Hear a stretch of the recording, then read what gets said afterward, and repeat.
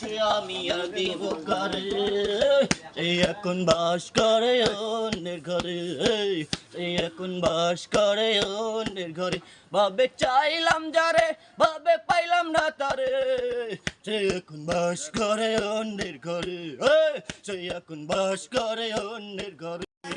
ভাই একটু কথা বলতাম। জি আমরা এখন কিছুক্ষণের মধ্যে আপনার একটা গান আমাদের আসলে ফেসবুকে সবাইকে দেখাচ্ছি, সেটি হচ্ছে আপনি যে গানটি গাইলেন যে আপনার ঘরের ভিতরে অন্য কেউ বাস করে।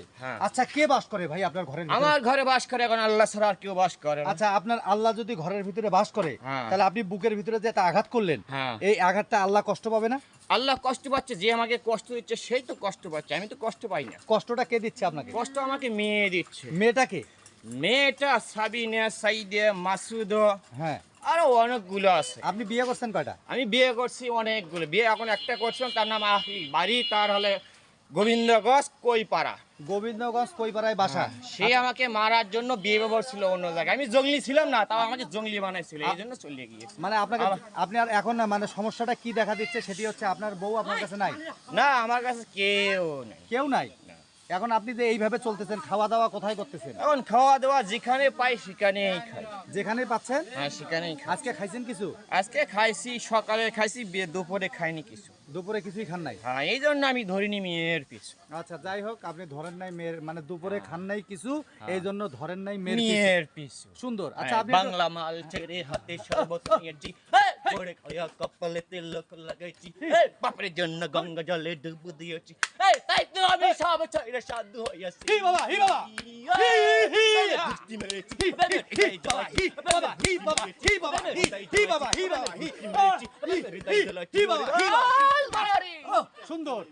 আচ্ছা এই যে দাঁড়ান, খাওয়াবো ভাইকে, খাওয়াবো। ভাই আপনি কি খাবেন? আমাকে একটু বিড়ি দেন। বিড়ি দিচ্ছি, তার আগে আপনি একটা রুটি খান। শোনেন, আপনি একটা রুটি খাবেন? হ্যাঁ ভাই একটা রুটি দেন তো নাকি আগে। যান আপনি আগে একটা বসে রুটি খান। ভাই আজকে আসলে আপনাকে আমরা দেখার পরে খুব কষ্ট পাচ্ছি, আসলে আপনি এত সুন্দর একজন মানুষ। ভাই একটা কথা যদি আপনি বলেন। ভাই আপনি আগে খেয়ে নেন, খেয়ে খাওয়ার পরে আপনি একটু নীরবে নীরবে একা একা আপনি আল্লাহর একটু জিকিরে লিপ্ত থাকেন, কি বলেন? মনটা ভালো হয়ে যাবে ইনশাল্লাহ। আচ্ছা আপনার বাসা কোথায়? আমার বাসা কাপাসে উত্তরপাড়া, গোবিন্দগঞ্জ থানা, গাইবান্ধা জেলা, তরকারি ইউনিয়ন, কাপাসে উত্তরপাড়া। মায়ের নাম গোলজা বেগম, বাপের নাম আব্দুল মজিদ পাগলা।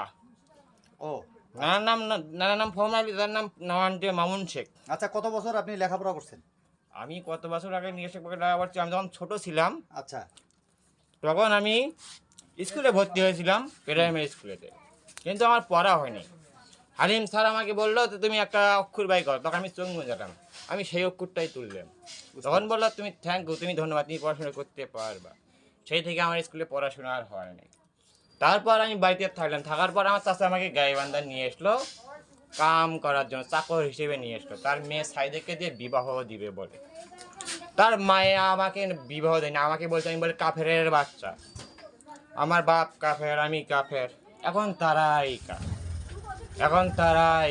আচ্ছা ভাই খান, আপনি খানাটা খেয়ে নেন। ভাই খানার সময় কথা বলা দেন, আপনি খেয়ে নেন। সুপ্রিয় দর্শক আসলে ভাইটির পরিচয়টা আপনারা পেলেন। আসলে আজকে ওনার খুব কষ্ট মাহমুদ হাসান নবী বলে দাবি দিয়েছিল, আসলেই নবী, শালা মায়ের সাথে জেনা করছে।